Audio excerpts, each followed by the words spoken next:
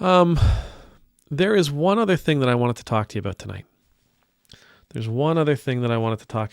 And it came from there's a channel out there called Chris on Culture, and I don't know. I think the algorithm just thought I'd like it, and so I watched a couple of videos. I think I might have talked about one of his videos before.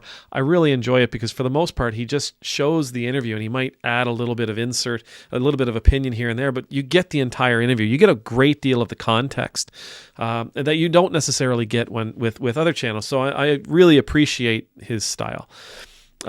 He did a video where Piers Morgan, he had a right-wing pundit by the name of Andrew Wilson and a left-leaning pundit who goes by the name Destiny. On the show, they were debating trans men in women's sports because Trump signed that executive order banning trans women from women's sports. And Destiny brings up the point, well, yes, but the NCAA had already done something. The Olympic Committee had already done something, and this sport has done something, and that sport has done something.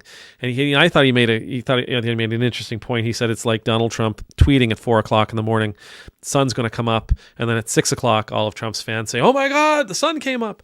So it was like he wrote he signed an executive order about something that was already really sort of being taken care of for those people that don't want to see trans women in women's sports.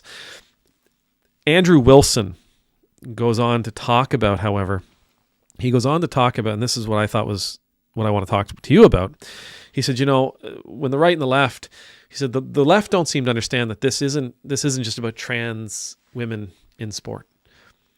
This is an attack on the morality of the religious right. And I think this is a moral question. The left, are assaulting the religious right's idea of what moral grounding even is. That this is almost like an existential debate for the religion of the right, the Christianity of the right. As I began thinking about this, and obviously it's silly, right?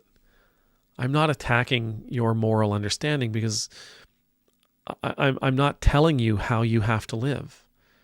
I'm not saying to you, you have to become trans. I'm not saying to you, you need to be gay. You must have a gay marriage. I'm not. I'm saying this is something that should be open to people.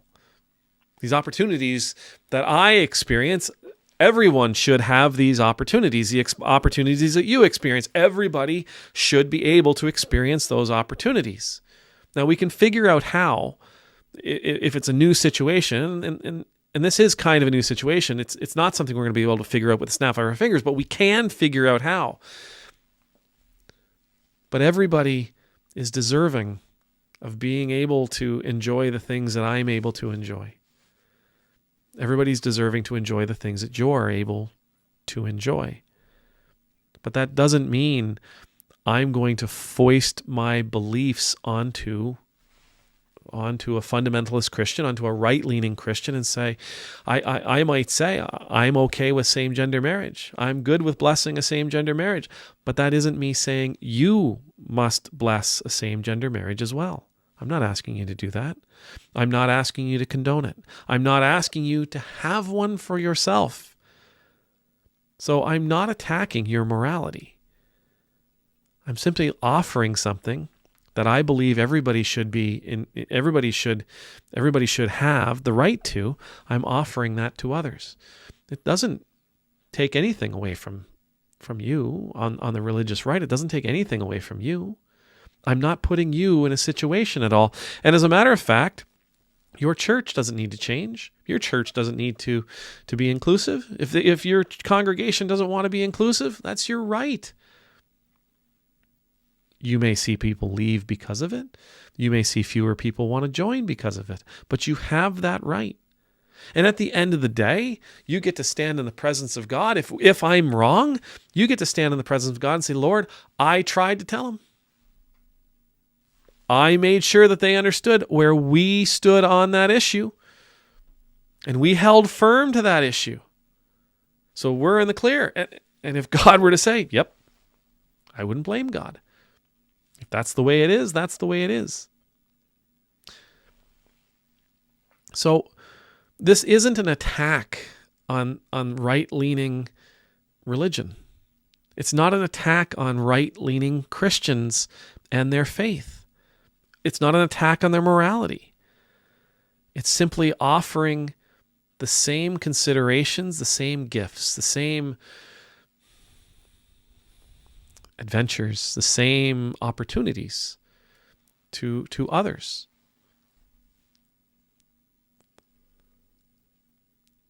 What it is an attack on, though, what this conversation and conversations like it, it is attacking the Christian right in one regard. It's attacking their sense that they have a right to tell others how to live. Because the more we share the gifts that we've been given, the more we share the opportunities that we've been given, the more we welcome people in, the more that we offer them the same opportunities and the same blessings that we've experienced, it means that the Christian right it means that the Christian right loses their ability to point their finger and cry sinner. It means they lose their ability to demand that others live the way they think they should live. And that will mean that the Christian right, as Mr. Wilson stated, they will lose one of the privileges that they have enjoyed for 200 years. They're going to lose the privilege of being allowed to police others.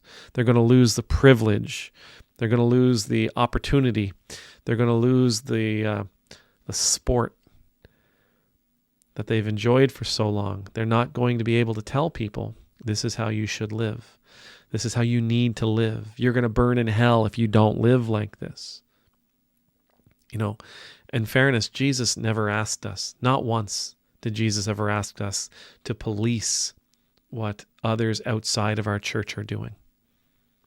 Never once says, go down to the community center and make sure people aren't doing this and doing that. He never once tells us to go to the magistrate's office and make sure that people aren't getting married like this or getting married like that. He doesn't once tell us to go into the synagogue or into the mosque or and tell those people that they need to be living in a different.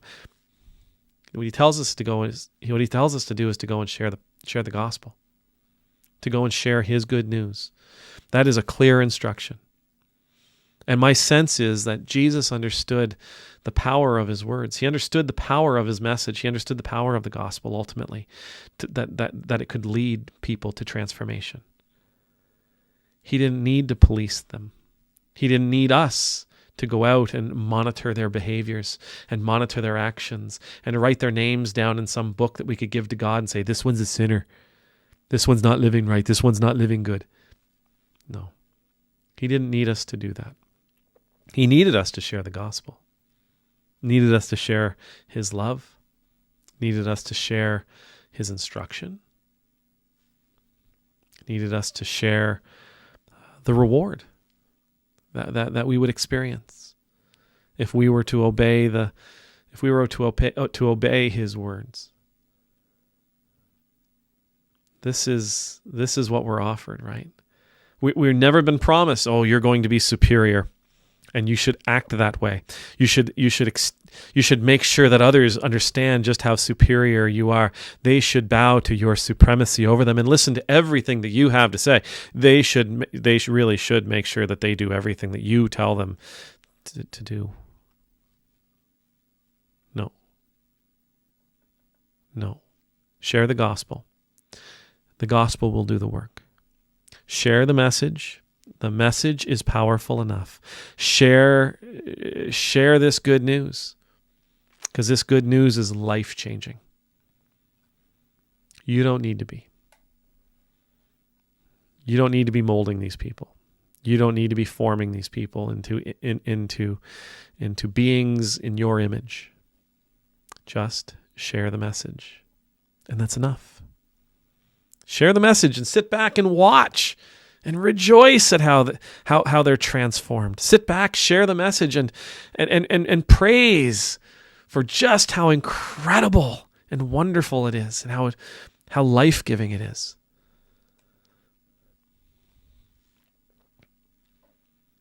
It's not an attack on the morality of the Christian right, unless pointing fingers is part of that morality. Unless demanding others live your way is part of that morality. It's not an attack on the Christian right to want to offer the same opportunities to other groups that we all experience, that we all enjoy. Amen.